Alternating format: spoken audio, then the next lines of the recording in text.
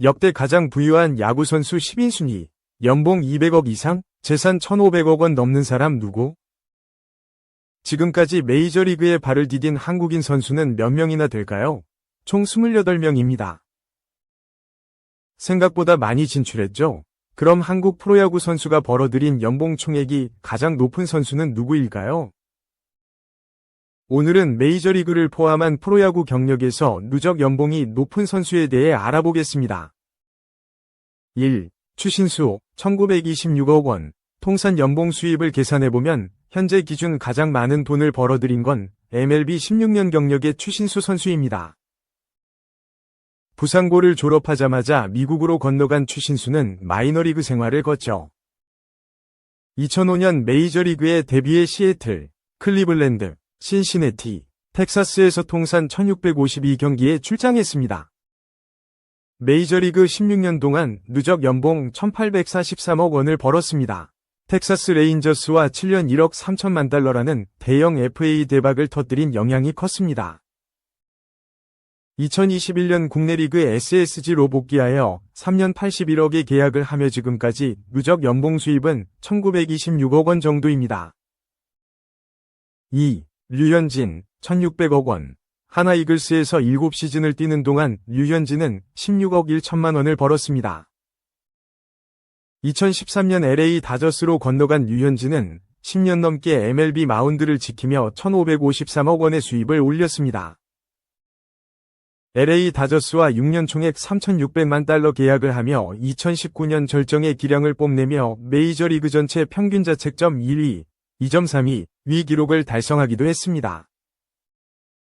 FA 자격을 가지고 2020년 토론토와 4년 8천만 달러 계약을 이루어내고 2024년 하나와 8년 170억 원으로 최고 대우를 받으면 국내 리그로 복귀했습니다. 이러한 류현진의 누적 연봉은 1,600억 원으로 추정됩니다.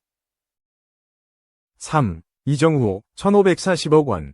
이정후는 키움 히어로즈를 떠나 샌프란시스코와 6년 1억 1,300만 달러 우리 돈 약 1,492억 원의 대형 계약을 맺었습니다. 국내 리그 출신 선수가 메이저리그에 진출하여 맺은 계약 액수로는 역대 최고로 이 보장 금액만으로도 역대 누적 연봉 수입 순위 3위에 해당된다고 하니 엄청난 계약이었네요. 2017년 키움 히어로즈 1차 지명으로 입단한 후 국내 리그에서 총 31억 원 정도를 받았습니다. 이정후의 누적 연봉은 1,540억 원입니다.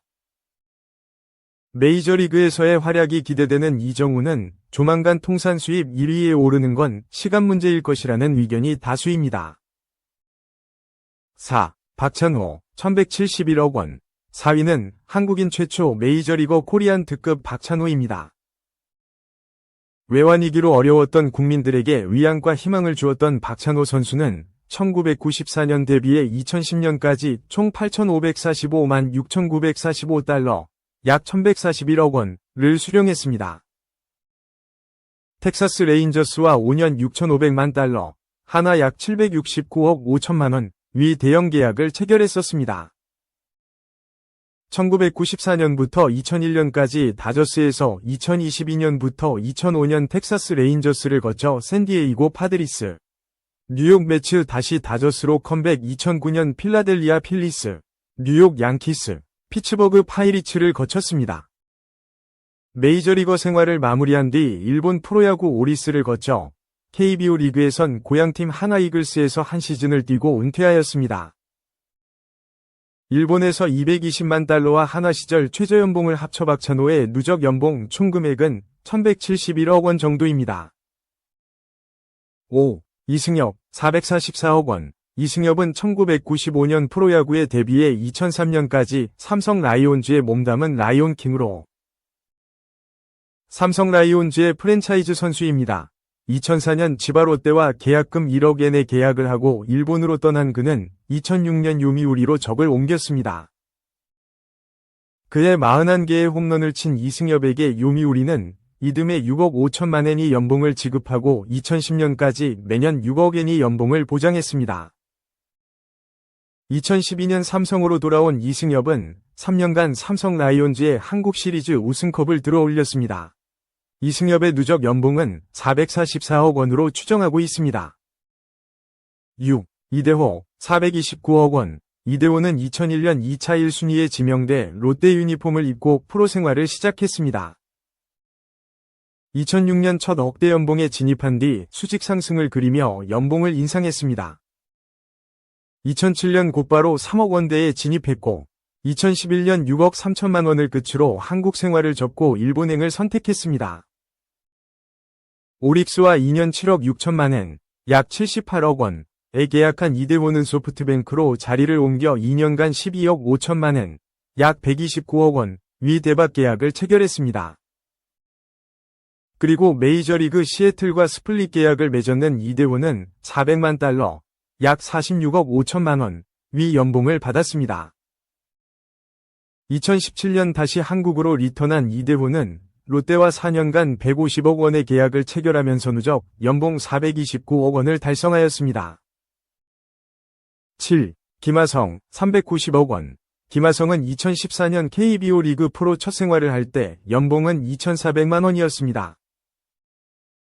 그리고 2015년 4천만 원으로 올랐고 2016년 연봉 1억 600만 원을 받았습니다. 프로 3년차에 억대 연봉에 진입을 하면서 이후 성적과 함께 연봉이 수직 상승했습니다. 프로 7년 동안 모두 16억 3,400만 원의 연봉을 기록했습니다. 2021년 샌디에이고 파드리스는 김하성과 4+1년 최대 3,900만 달러, 약 424억 3천만 원의 조건으로 계약을 하였고 김하성은 4년 동안 2,800만 달러를 보장받고 타석수 등 인센티브를 합쳐 최대 3,200만 달러를 더 받을 수 있습니다. 현재 기준 김하성의 누적 연봉은 국내 리그를 합쳐 약 390억 원으로 추정하고 있습니다. 올 시즌 이후 자유계약 선수가 되는 김하성은 내년이면 1억 달러 이상의 초대박 계약을 눈앞에 두고 있습니다. 8. 김현수, 348억 원. 김현수는 두산 시절 25억 4천만 원 연봉을 수료했으며 2016년 메이저리그 볼티모어와 700만 달러의 계약을 체결했습니다. 미국에서 돌아와 2018년 LG로 유니폼을 갈아입으며 4년간 115억 원 잭팟을 터뜨린 김현수는 2022년 115억 원에 또 한 번이 대형 계약을 체결했습니다. 누적 연봉 총액은 348억 원입니다. 9. 김광현, 322억 원. 2007년 SK 와이번스에 데뷔해 5번이 한국 시리즈 우승에 기여했습니다. 2019년 세인트루이스 카디널스와 2년간 최대 1,100만 달러 계약을 하며 포스팅 시스템을 통해 메이저리그에 입성했습니다.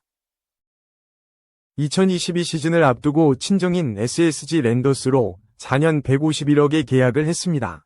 누적 총액 연봉은 322억 원입니다. 10. 오승환, 306억 원.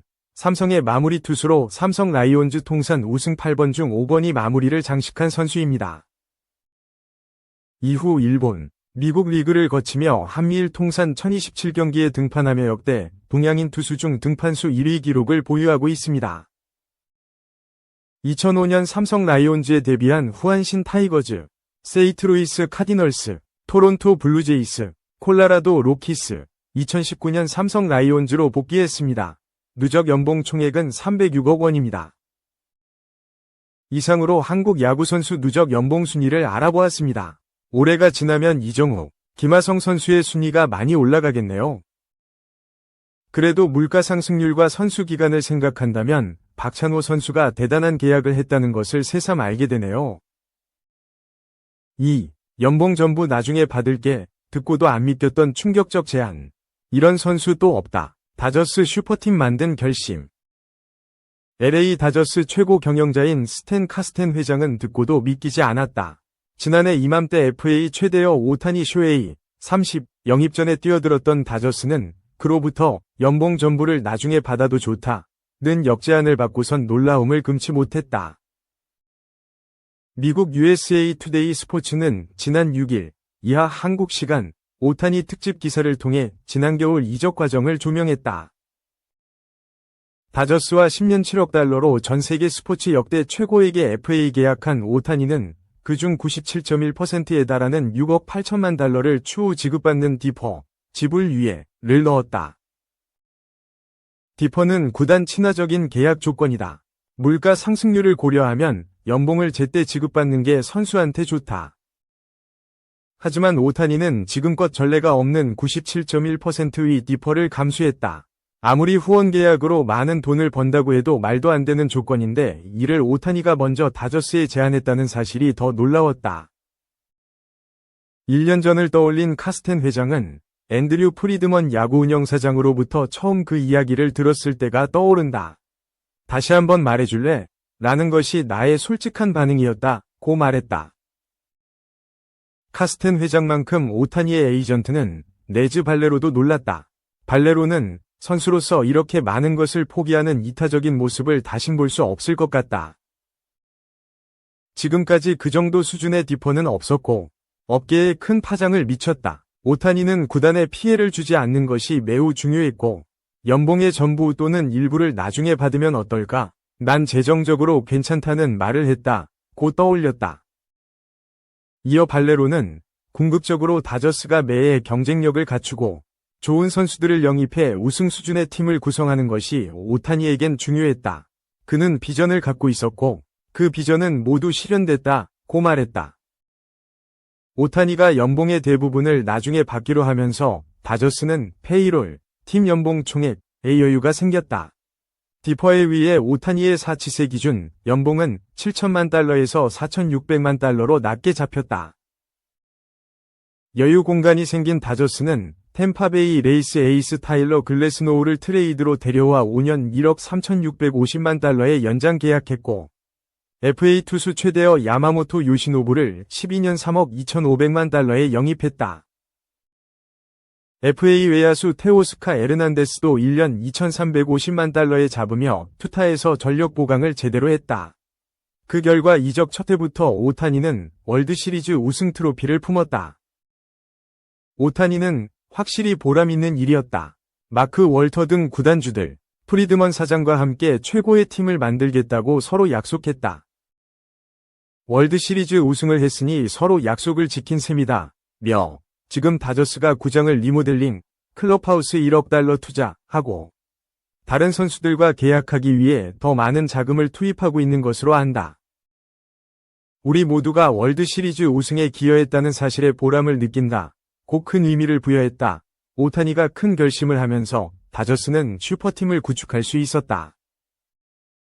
오타니에 앞서 무키 베츠 3억 6억 5천만 달러 중 1억 1,500만 달러, 프레디 프리먼 1억 6,200만 달러 중 5,700만 달러, 또 디퍼가 들어간 계약을 했는데 오타니 이후 더 많은 선수들이 이런 계약을 감수했다.